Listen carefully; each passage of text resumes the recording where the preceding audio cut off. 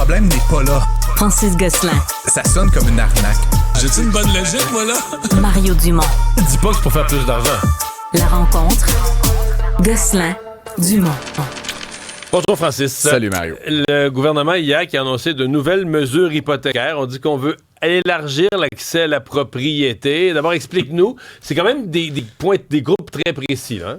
Oui, quand même. Là, deux choses ont été annoncées hier. Premièrement, pour acheter une propriété, quand on ne met pas 20% de mise de fonds, on peut avoir recours à une forme d'assurance là, qui est fournie par la Société canadienne d'hypothèque et de logement. Pour laquelle tu payes une prime. Là. Pour laquelle tu payes plus d'argent dans le grand schéma de la vie.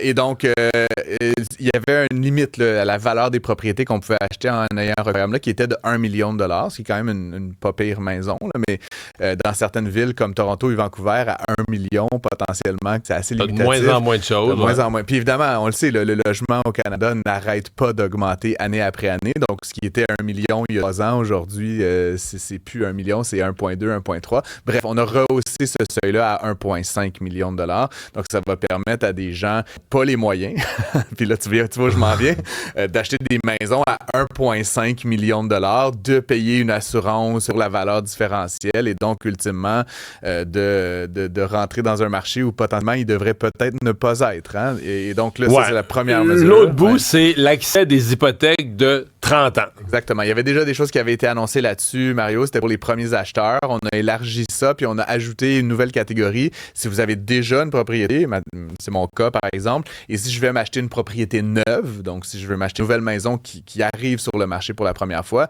je peux aussi me qualifier pour cette hypothèque de 30 ans. Et donc, j'ai fait un petit calcul vite, Mario. Là, mettons une maison de 400 000, là, qui est comme assez standard. Si tu la payes sur 30 ans au lieu de 25 ans, tu vas payer à 5% d'intérêt 80 000 $ de plus d'intérêt pendant la période. Ton paiement mensuel, tu vas l'avoir baissé pour être 100 $. Non, 200-300 $ quand même. C'est plus abordable, mais quelqu'un qui est à salaire, là, je sais pas, t'es professeur à l'école, tu gagnes, je sais pas, 70 000 $ par année. Dans ta vie, tu vas avoir donné 80 000 $ de plus à la banque, donc c'est ça de moins pour ta retraite. C'est quasiment 2 années complètes de salaire après impôt. C'est incroyable, là, comment... Puis encore une fois, pour moi, donc je comprends la logique. Toi, t'encouragerais pas quelqu'un à le faire tant que ça, là, 30 Honnêtement, ans. si t'as pas les moyens d'acheter, puis je comprends un peu l'idée d'acheter de l'immobilier, là, puis tu sais, on a nos jeunes recherchistes qui nous en parlent tous les jours, puis tout le monde souhaite ça, c'est un peu le rêve américain, mais entre nous, si on n'a pas les moyens d'acheter de l'immobilier, de se lancer dans des espèces d'affaires de même, de payer une forme de qualité à la SCHL, hein? On appelle ça une assurance, mais ultimement, on paye des sommes, payer beaucoup plus d'argent en intérêt à la banque, c'est une garantie de pauvreté à long terme. Là. Donc, ultimement, je ne vois pas qu'est-ce qu'on veut faire. Ben, si tu payes, écoute, t'es-tu bon actif? Si tu payes pas trop cher, le danger, c'est si tu payes à l'achat trop cher, mais si tu payes un prix raisonnable, propriété va s'apprécier, tu vas l'avoir payé quelques années, ça va te faire un capital. Moi, je suis très, très immobilier, mais je comprends. Mais le 30 ans, écoute, le 30 ans, moi, c'est ça, si un de mes enfants vient me voir avec ça et tirer sur 30 ans, je vais faire... Là, tu payes juste l'intérêt. Je suis d'accord avec toi. Moi aussi, j'ai comment joué ce jeu-là. Je suis quand même un peu sensible, Mario, au fait qu'il y a peut-être des meilleurs placements à faire, surtout si aujourd'hui, là, la maison, comme je dis à Toronto, là, qui se vend 1,1 million, c'est sûr que là, avec ce qu'on a annoncé hier, il n'y a plus 2 acheteurs potentiels, il y a 10 acheteurs potentiels. Donc, toi, tu dis que cette mesure-là va encourager la surenchère. Ben, c'est sûr, Mario. C'est des gens qui, hier, ne pouvaient pas bénéficier. Ils regardaient la maison là, sur Centris à 1,2 million parce que je peux pas l'acheter. Je me matin, je peux. En fait, le 15 décembre, il va pouvoir. Et donc, c'est plus 2, c'est 5, c'est 10, c'est 22 acheteurs. Donc, la maison à 1,2 million, elle va être 1,3, 1,4 million parce que l'offre et la demande. Le plus de gens qui visitent, ils vont être prêts à payer un petit 100 000 de plus. Puis de même, sur temps, mais si t'es prêt, plutôt que de faire baisser ton paiement de 300$, tu vas garder le même paiement, tu vas juste acheter une maison un peu trop chère encore une fois. Puis donc, tout ça, c'est des mesures qui stimulent la demande, qui stimulent la surenchère, Mario. Est-ce que la bureaucratie est la clé pour gérer des programmes publics? Un peu déçu, honnêtement. Là, oui. On en a parlé hier là, de la subvention pour les véhicules électriques.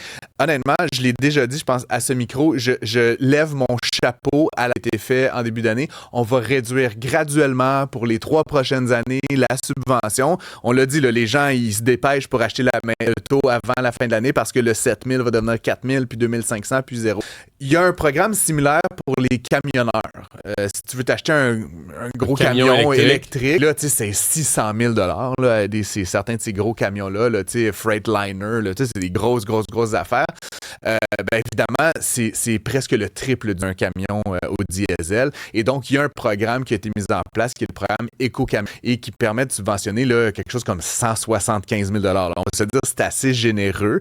Mais encore une fois, le programme est mis en place. Il y en a tout le temps qu'on n'en voit pas beaucoup. De plus en plus, dans le journal, là, il y avait un des Globocam, là, qui est un gros distributeur de camions, qui disait, j'en ai quelques dizaines. Évidemment, là, c'est pas...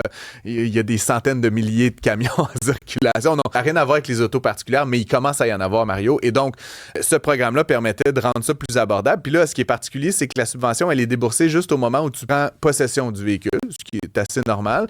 Sauf que là, l'enjeu, c'est qu'on a annoncé à 1 minute de préavis lundi, je pense, ou vendredi, que c'était fini. Que le programme, on arrêtait tout ça. Donc là, quelqu'un là, qui a commandé son camion à 600 000 $, qui va le recevoir la semaine prochaine, potentiellement, va annuler sa commande. Donc là, les Globocam, les Packard de ce monde vont se retrouver avec des attentes. Puis on ne sait pas du tout pourquoi. Là, évidemment, on dit que l'enveloppe a été épuisée, mais franchement, le programme devait se terminer le 25 mars de 2025. Et là, sans aucune autre procès ou de pré-annonce, on dit il n'y a plus d'argent, démerdez-vous. Le tiroir est vide. Donc là, t'as plein de camionneurs, t'as plein de compagnies de camionnage, t'as plein de distributeurs, t'as plein de fabricants locaux. Là, ça va vraiment pénaliser l'économie locale qui se retrouvent un cadeau puis qui savent pas quoi faire exactement. Potentiellement qu'il faut qu'ils se tournent de bord, commander un camion diesel. On sait pas trop quoi faire.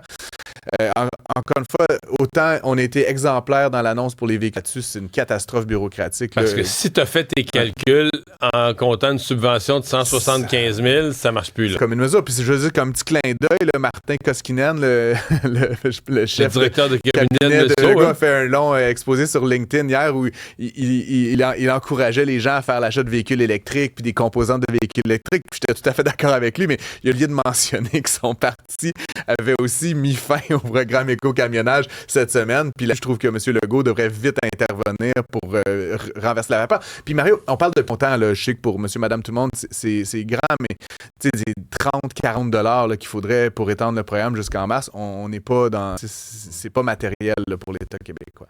Ouais, mais je pense qu'il faut retenir la phrase de la ministre Geneviève. On n'a plus d'argent. On n'a plus d'argent. Ouais, voilà. Il ne faut pas l'oublier. Tant pis pour les camionneurs. Bon, c'est la réunion Fed, la Banque centrale américaine, qui commence aujourd'hui. Réunion de 2 jours. C'est demain, évidemment, la deuxième journée. L'annonce. Oui, j'ai regardé un peu, on en parle souvent de ces fameuses réunions de la Fed. Ça dure 2 jours. J'ai regardé un peu l'agenda. C'est vraiment intéressant. Aujourd'hui, là, il va y avoir plusieurs exposés d'économistes éminents qui vont venir leur parler là, de l'emploi, de tel secteur industriel, de l'endettement, de l'investissement capital. Donc, c'est vraiment, là, pour moi, ça serait comme génial d'être une petite mouche sur là. C'était vraiment toutes sortes d'informations super intéressantes.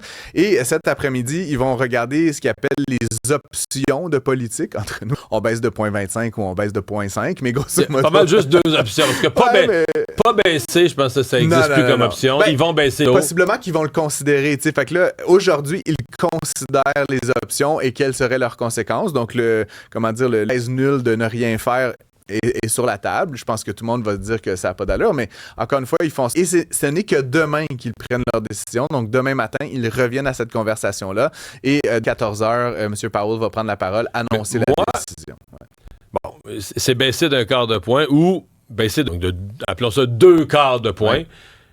La deuxième option, c'est pas de ce dont l'économie américaine aurait besoin, là, avec le ralentissement. Ouais. Mais...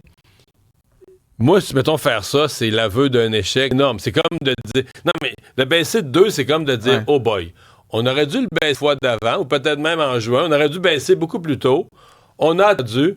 ouch! Là, on a fait des dégâts. Non, mais c'est ça. On a fait des dégâts dans l'économie, on constate les dégâts dans l'économie. Puis là, on se met en rattrapage, on le fait. En tout cas, moi, je le verrais comme ça, comme l'avérage. J'ai deux petites choses là-dessus, Mario. La première, où je suis plutôt de ton avis, mais j'écoutais Katie Martin du Financial Times, là, qui est comme une grande... Et elle disait, en fait, ça pourrait être aussi une façon de dire un demi-point, c'est comme ce qu'ils appelle le victory lap. Là, c'est comme célébration. Là, donc, on a vaincu l'inflation.